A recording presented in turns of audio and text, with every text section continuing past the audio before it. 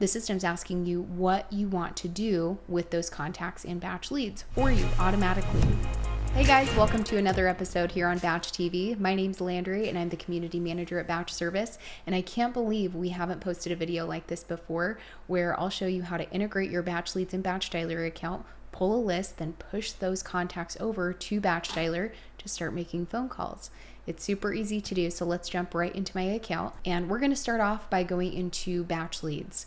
Just click on your initials in the top right hand corner to head over to your settings through My Profile, and then go to integrations, and you're going to see somewhere on your page an empty slot just waiting for your API key from BatchDialer. So we really just need to go and copy that and paste it into this area. So now open up your BatchDialer account, go to a very similar area by clicking on your name in the top right hand corner, then go to settings and then go to integrations, very similar once again, and then find the BatchLeads integration specific box. Looks like this. Click on integrate, and you're going to get a window with your API key if you don't have them connected already, of course. So grab that key, paste it into BatchLeads, and that's technically all you need to do. I will show you how you can actually sync your accounts where they'll communicate a little bit deeper in just a moment, but let's grab this link, paste it into BatchLeads, and then click on this blue check mark off to the right to confirm it and save it. Technically, you're done connecting them. But what I would do if it was me, I would go back into my BatchDialer account to that same section. And now that they're connected, if you click on that BatchLeads box one more time, there's going to be a different window, and it's going to display mapping fields. And I'll really tie this together by the end of today's episode on how this really works. But basically on this mapping page, you can set up a flow for the system to obey with your call results and how it's going to affect your BatchLeads lead statuses and your phone number statuses on your leads in your BatchLeads account. Yours might look different than mine, so don't worry about that. You're going to see probably a smaller list of your call results here. I have a lot of custom ones in my account, but it's basically saying that when you start pushing people over from BatchLeads into BatchDialer and you start making phone calls and you start dispositioning those calls with call results, the system's asking you what you want to do with those contacts in BatchLeads for you automatically. So let's just go over a quick example, and you'll see how to do this later when I show you how to make those phone calls. But let's just say that we push over a contact named John from BatchLeads, and we have him over here in BatchDialer. We give him a call, it doesn't go so great, and we mark him as do not call. Maybe we want to change the lead status in BatchLeads automatically to maybe not interested, and the phone number status to DNC or do not call. All done for you, all connected. So let's just go ahead and move back over to BatchLeads so I can show you what it's talking about. Make sure that as you go through this mapping page that you do apply it to sync all of that data in BatchLeads. Down here, there should be a check mark, and then click save to actually confirm it. But let me show you what it's talking about here in BatchLeads. These are my saved contacts or saved records in my list. These are lead statuses that you can absolutely change yourself, but that will change automatically for you based on your syncing. So let's just say this was the contact we pushed over from BatchLeads to BatchDialer. We marked them as DNC. Based on our syncing settings, the lead status would change to not interested automatically for you. This is just to show you for example. And the phone number status, which is displayed over here, would change to DNC for me. So every time I open up this contact in BatchLeads, I'll have no question that the phone number that I called somewhere here in this list maybe ended up on my kind of do not call list, and they're not interested at this time. So I don't have to worry about reaching out to the same people or trying to collect information on people that already told me not to call them back, or I already set an appointment with, whatever that might look like. But really, really valuable. You don't have to do that by any means, but depending on your needs, having the systems communicate a bit deeper can be really valuable. So let's go ahead and move forward. Now that we have them connected and I do have them kind of synced there in my account, just bring up that page one more time to reiterate, but go through all of the ones that you want to get connected. You don't have to do it for all of your call results. Maybe just do it for the big ones, like do not call any people that were a successful sale or you set up an appointment with, or a wrong number. Click save when you're done. And now we're gonna go to BatchLeads and start pulling lists. So if you guys go through Batch TV, we have tons of videos on different lists you can pull, failed listings, tax defaults, the list goes on. There's tons of different resources available for you guys to check out in our help center, and different lists that you might be thinking of pulling. You can ask community members. If you guys click on that link in the description, you can join the Batch community, see what's working for other people. But I want to give you just kind of an example on how that works in BatchLeads. And what's really nice is that because of those new plans that have the included contact information, I can pull this list, have all of their phone numbers and email addresses ready to go, and then just push them over, start making those calls. So let's go into property search.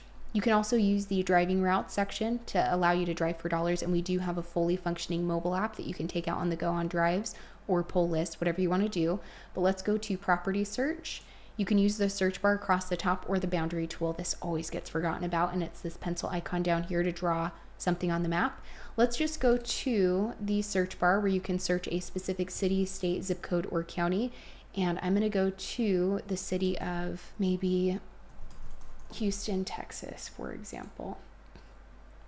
You'll always want to choose your strategy if that's applicable to you and what you're using BatchLeads for, on or off market here. Let's say that we're looking for off market opportunities, so they are not listed on the MLS with an agent. And what you can do is you can either start using your quick filters. These are some really, really valuable lists that work for many people that you could just pull, save into your account, make it really easy on yourself. You could also, in the new plans, use this batch rank AI feature. I'm sure you guys have seen this all over the place now, but this is using a proprietary algorithm to help you find property owners that have a higher likelihood of selling their properties based on multiple distress indicators. So just in a few seconds, I could say, hey, I'm looking for off-market properties and I want them to be really likely to sell. But just depending on your plan, you may be limited only to the medium or kind of middle tier here. So watch out for that. You might see something different, but you can definitely use this to your advantage. And personally, if it was me, I really like to, let's turn this off for now. I really like to just use this all filters section. You can get so granular and just dive so much deeper than pulling some of those maybe more well-known lists and tell the system more about who you're trying to target and look for. This quick filter section is nice too. I always like to bring this up because you can actually stack list in this section. So if you're looking for vacant properties that have failed and were listed on the market, but they were unable to sell that property, and maybe they have high equity as well, you can start stacking these different types of lists on top of one another. And already you're going to have a more narrowed down list than most people kind of pulling lists. So keep those in mind. You have other things in here too, like property characteristics, bedrooms, bathrooms, the types of properties, like finding only single family homes, for example, MLS status if you are looking for on-market opportunities, deeper pre-foreclosure and tax info information. Information on the ownership info is always really valuable, making sure that you're finding properties that have been owned for at least a few years. I usually do like a minimum of 7, minimum of 10. They've been owned for a good chunk of time. You can pull great cash buyers lists in BatchLeads too. So many people don't realize. And we do have a video on that here on Batch TV too for you to check out or in our help center. Demographics on like the age of the owner, their net worth. So you can get really specific when you're pulling these lists. I'm just gonna go ahead and leave it on this example that I'm pulling, kind of the stack list here of vacant properties that have failed or have canceled or expired, in other words, and they have high equity and they've been owned for a minimum of 10 years is what I'm going to stick with for this example. So let's check out our results down here. You can definitely look into the details and find out a little bit more about the properties here if you want to, but I'm just going to go ahead and save them. Remember, as soon as you save these properties, you're going to get contact information if you're in those new plans, which are growth, professional, or scale, which is so nice. So all inclusive skip tracing is on every property you save. I'm going to click select all, click save, save your properties. And the more people I talk to, the more I realize that people in the beginning of adding properties into their account, they haven't come up with a sure way of organizing their data. So pick something now in the beginning and you'll thank yourself later, and do the same thing over and over again. You'll see it all over the place in these videos. I always say that the list, the way I like to do it anyway, is a very main point. It's more of a placeholder, if you will. And my tags are what I usually really care about. They have the reference list name, and I'll show you this here in a moment. I always include where I got the data and when I got it as well. It makes it really, really simple for me to find my information later. So to me, the main idea of this list is I do already have a vacant failed listings list in my account, so I'm going to use that right here. But as you're getting started, you're just going to type out whatever you want your list name to be, and there should be a create as new list option. So let's just put it into this existing one. And then for my tag, I always reference the list name. So vacant, failed listings. I think we're here in Houston, Texas. In the month, I typically do it by the month as well lately. If I can type here, there we go, and then create it as a new tag. So as you can see here, it's kind of the main idea and the subcategory. So once you finish, click save. And you can save agents in here too, but this is an off-market list. I'm not really concerned with that right now, but we do have a full real estate agent directory, which is really great. Let's go into my list. This is where all of the data is going to be saved and manageable, and you're going to be able to immediately get the contact information. We will have it blurred here for YouTube, but I could open up the details and immediately get their phone numbers, their email addresses, and find out information on if they're on the do not call list. Also, anytime you export list of data, the system will also have in the spreadsheet who's on the DNC list or not, so it's easy to keep track of. And when you push these things over to BatchDialer, you have the ability to scrub that out. And if you forgot for some reason, you can scrub it out in BatchDialer as well. So there's lots of different ways to see that information and get it out of your way if you want to. But after you have that in your account, you can easily filter it. Up here at the top of your screen, list your tags is my favorite way to filter things out. Just easiest, most straightforward way. And remember, I kind of talked about how I care more about the tag, and this is why. It's really, really easy to see where I got the data, when I got it, what the list is, and it's kind of all tied together. Now that our data is pulled up, all you have to do is select them over here on the left. You already have their phone numbers if you're in the new plans, having that included by default. Click Actions, and then go to Add it to BatchDialer. You're then going to get a pop-up asking you to assign it to a campaign.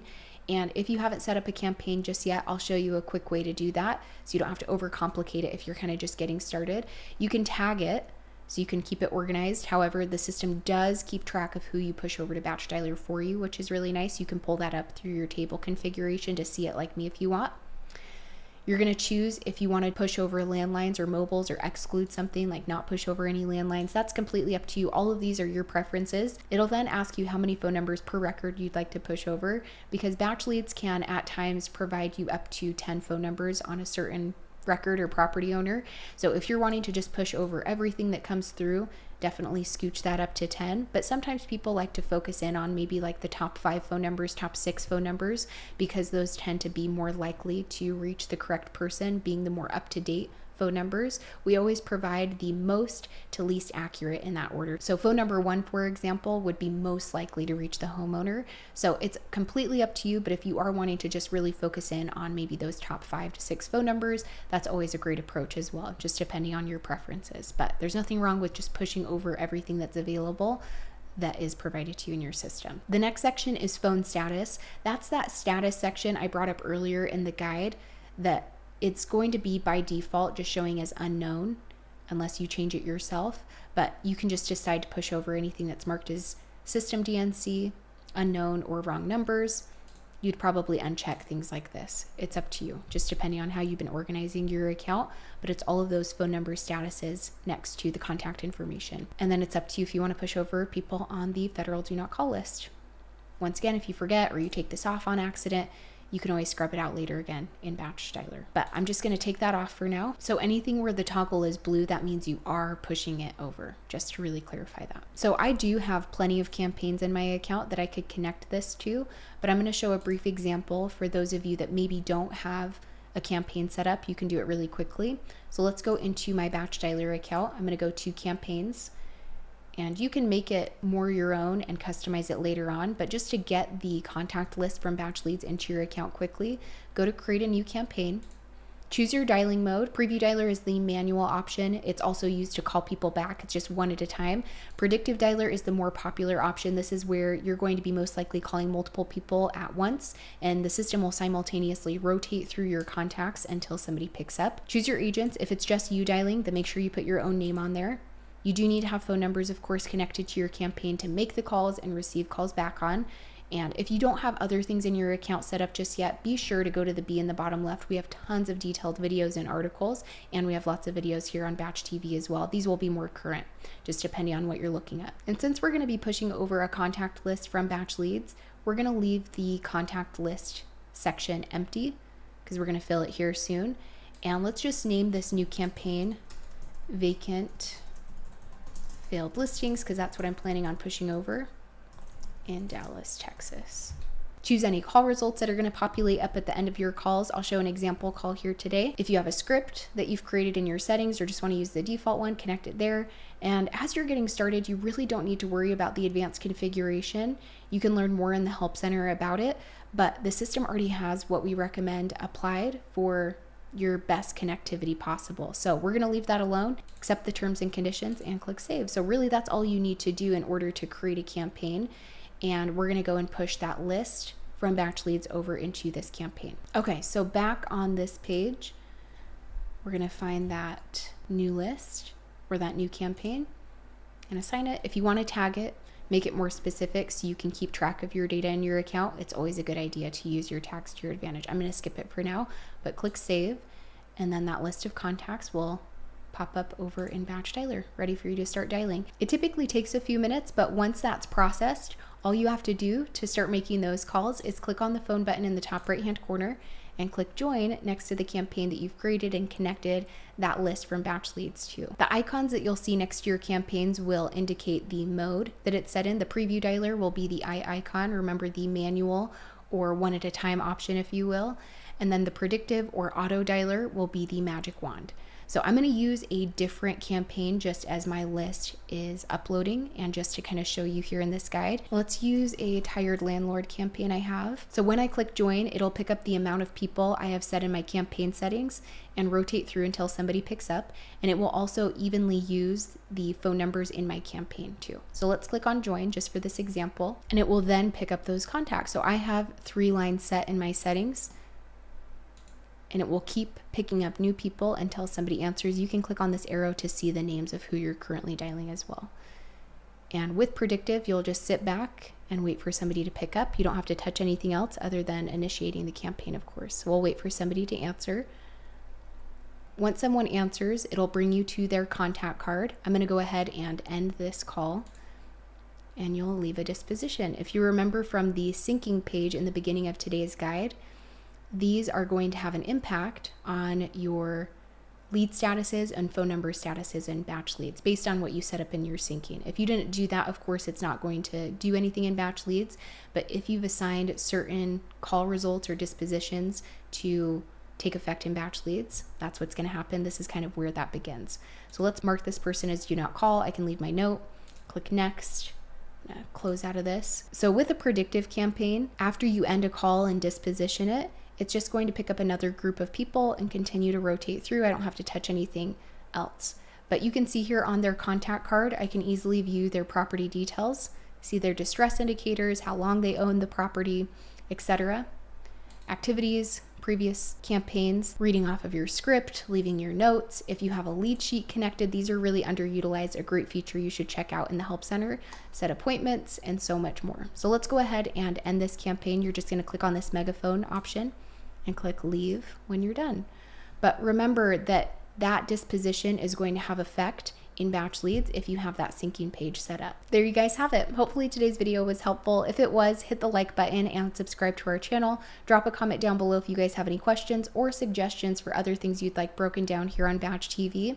Be sure to reach out to our team and visit our Help Center that's always being updated for you guys. Find the link in the description so you can join the community where you can network with other people.